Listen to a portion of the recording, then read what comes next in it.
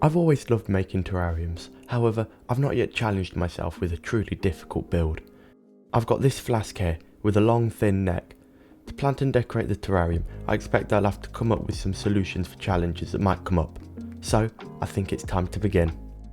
The first thing I had to do was add a drainage layer. I've used leaker and slate in the past, however for this terrarium I'm going to be using play sand. It lends itself nicely to a terrarium of this size. To add it, I made a funnel out of paper and some tape, and I proceeded to add sand until I had an adequate amount. The drainage layer will prevent the soil from becoming waterlogged and will help maintain a balanced ecosystem. An important step is to separate the drainage layer from the substrate, otherwise it will be rendered useless. To do this, I'm using window mesh instead of my usual geotextile fabric, as it's thinner and so it's easier to work with in such a small space. I cut around the flask to get a rough shape, and then I trimmed some of the side off and tied a mesh that covered the substrate and some to create a sort of bowl. This is important, as otherwise the substrate may slip between the edge of the terrarium and the mesh. I added it, manoeuvring it into place with tweezers. Time for the substrate.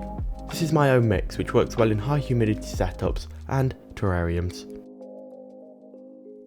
I'm planning on making a video on it sometime soon, so look out for that. I piled the substrate up and then moved it into place with my largest tweezers.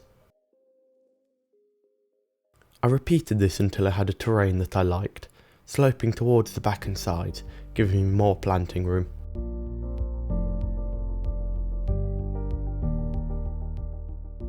Using some paper helped me compress the soil and slope it backwards.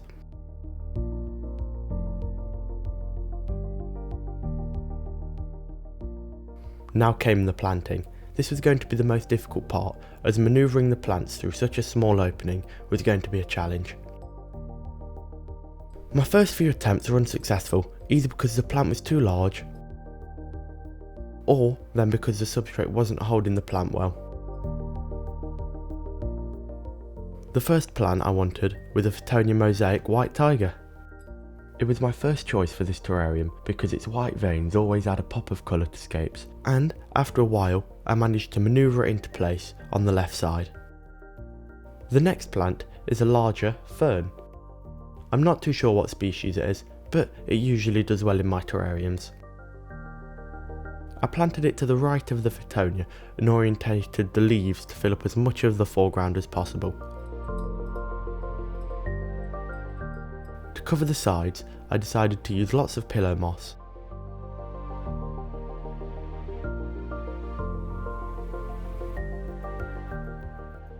Pillow moss nicely builds up the sides and adds a good variation to the terrain.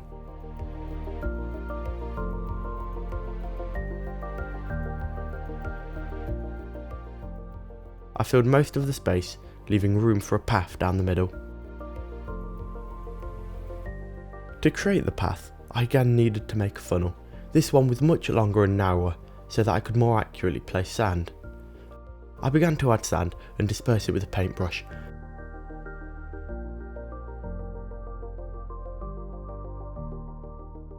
By having the path wider at the front, it makes the terrarium seem larger than it is, and draws the eye in.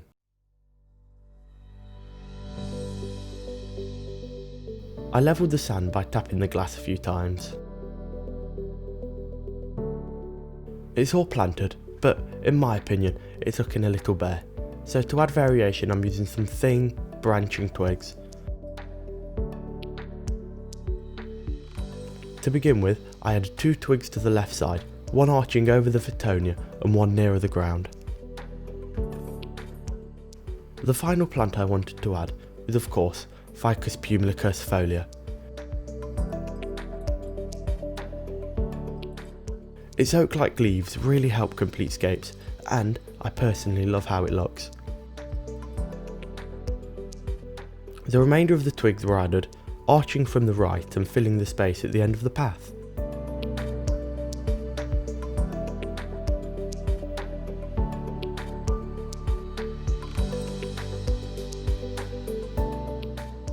I like how it looks, but it's missing a key ingredient: leaf litter.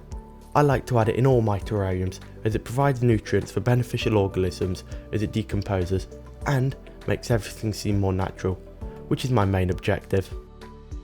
I added Springtails, which eat rotting matter and generally maintain a terrarium well.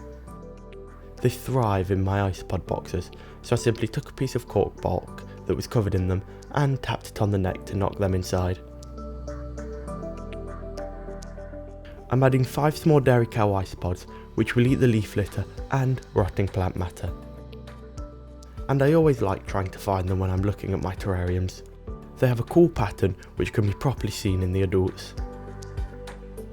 I carefully dropped them in, and then they quickly moved off into the moss.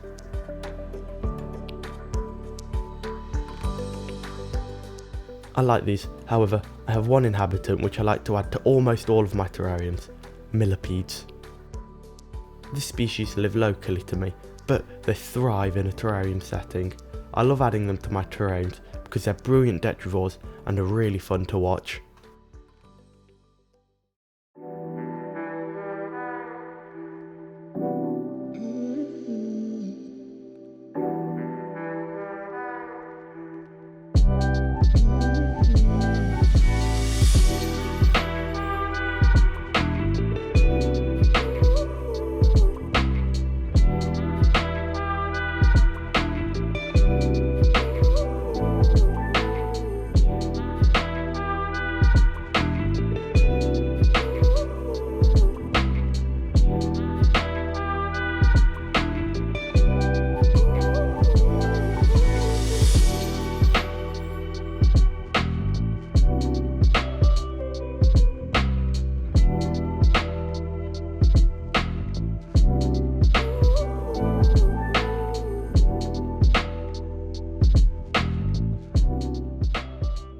Now, it's all complete. I'm happy with how it turned out. I'm loving watching the inhabitants explore the space.